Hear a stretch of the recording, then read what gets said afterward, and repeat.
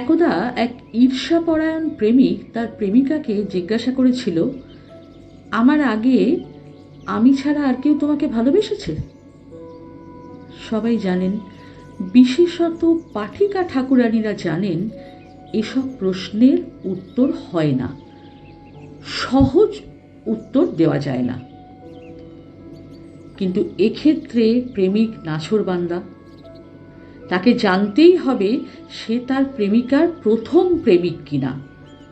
অবশেষে বাধ্য হয়ে প্রেমিকা কবুল করল। খুবই সংক্ষিপ্ত সেই কবুলিয়ত, হ্যাঁ। এবার প্রেমিক বাবু উত্তেজিত হয়ে লম্ফজম্প শুরু করল। প্রেমিকার কাছে দাবি করল, তুমি তার নাম ঠিকানা বলো, আমি তাকে দেখে নেব। প্রেমিকের এবংবিধ অবস্থা দেখে প্রেমিকা বেচারিনী কম্প্রকণ্ঠে জানালো, সে যে অনেকজন, কম করে 10-15 হবে। তুমি একা এতজনের সঙ্গে লড়বে কি করে? হিন্দি ফিল্মে অমিতাভ, ধর্মেন্দ্র এবং অনুরূপ আরও অনেকে একা খালি হাতে এমন 10-15 জনের সঙ্গে লড়েছেন এবং জিতেছেন। আমাদের এই হাঁটু ঝুল পাঞ্জাবি আলিগড়ি পাজামার প্রেমিক যুবকটি মারদাঙ্গায় চিত্রতারকাদের মতো সব্যসাচী নন। তিনি কিঞ্চিৎ দ্বিধার পর পুরুষোচিত ক্ষোভে দাঁত কড়মড় করে ঘোষণা করলেন, এক একটাকে হাতের কাছে পাবো আর তক্তা করে দেব। আরেকটি প্রেম কাহিনী একটু অন্য জাতের। ঘটনাটি অতি সাম্প্রতিককালের, তাই কিঞ্চিৎ রয়ে সয়ে রেখে ঢেকে বলতে হচ্ছে। সূর্য আর চন্দ্র দুজনে অভিন্ন হৃদয় বন্ধু। আজ কিছুদিন হলো চন্দ্র রোহিণী নামের একটি মেয়ের প্রেমে হাবুডুবু খাচ্ছে। দুঃখের বিষয়ে নিজের কাজে ব্যস্ত থাকায় এর মধ্যে সূর্যের সঙ্গে রোহিণীর পরিচয় হয়নি। তবে চন্দ্রের কাছে রোহিণীর কথা শুনেছে। ক্লাবের টেবিলে অথবা অসময়ে টেলিফোনে গদগদ গলায় চন্দ্র রোহিণীর রূপগুণের ব্যাখ্যান করেছে বন্ধু সূর্যের কাছে। অবশেষে এই বড়দিনের সন্ধ্যায় এক টইটুম্বুর পার্টিতে সূর্যের সঙ্গে সাক্ষাৎ হলো চন্দ্রের প্রেমিকা রোহিণীর। চন্দ্রের পছন্দ দেখে খুব খুশি হলো সূর্য। চমৎকার মেয়ে রোহিণী, ঝকমকে ঝলমলে, বিদ্যাবুদ্ধিও আছে। খুব আলাপ জমে গেল সূর্যের বন্ধুর প্রেমিকার সঙ্গে।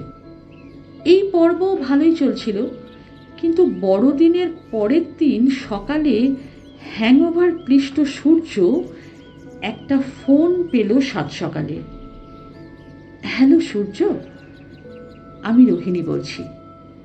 খুব ভালো লাগলো কালকে। তা আজ সন্ধেবেলা কি করছো? একটু ইতস্তত করে সূর্য বলল, তেমন কিছু নয়। রোহিণী বাড়ির ঠিকানা দিয়ে বলল, আমাদের বাড়িতে চলে এসো। কি আর বলবে সূর্য, রাজি হয়ে গেল। তারপর বন্ধু চন্দ্রকে নিমন্ত্রণের ব্যাপারটা বলল।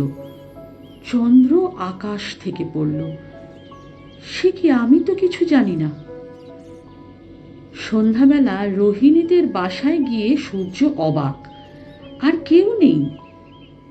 সুসজ্জিতা সুরভিময়ী একা তার জন্য অপেক্ষা করছে।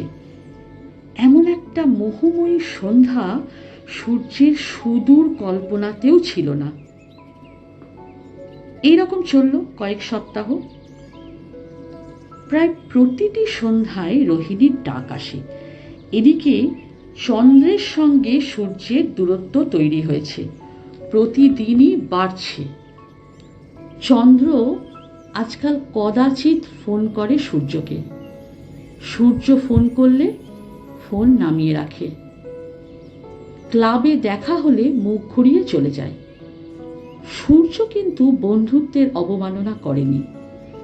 গল্পগুজব হাসি ঠাট্টার বেশি রোহিণীর সঙ্গে তার ঘনিষ্ঠতা এগোয়নি, অবশ্য রোহিণীও খুব একটা বাড়াবাড়ি করেনি। যবনিকা উত্তোলন হলো 1.5 মাসের মাথায়। একদিন সকালে চন্দ্র ফোন করে বলল, আজ সন্ধ্যাবেলা রোহিণীদের বাসায় আসিস।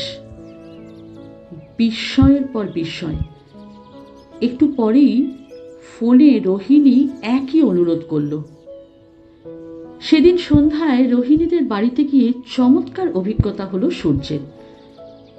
শুধু সূর্যের নয়, সূর্য চন্দ্র দুজনারই।